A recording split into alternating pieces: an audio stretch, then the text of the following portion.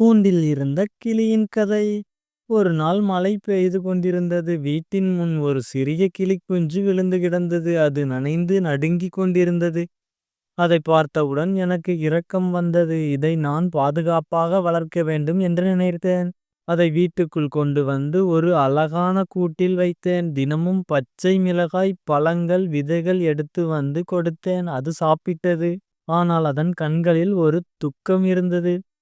சில நாட்கள் கழித்து அது சத்தமாக கூவத் தொடங்கியது.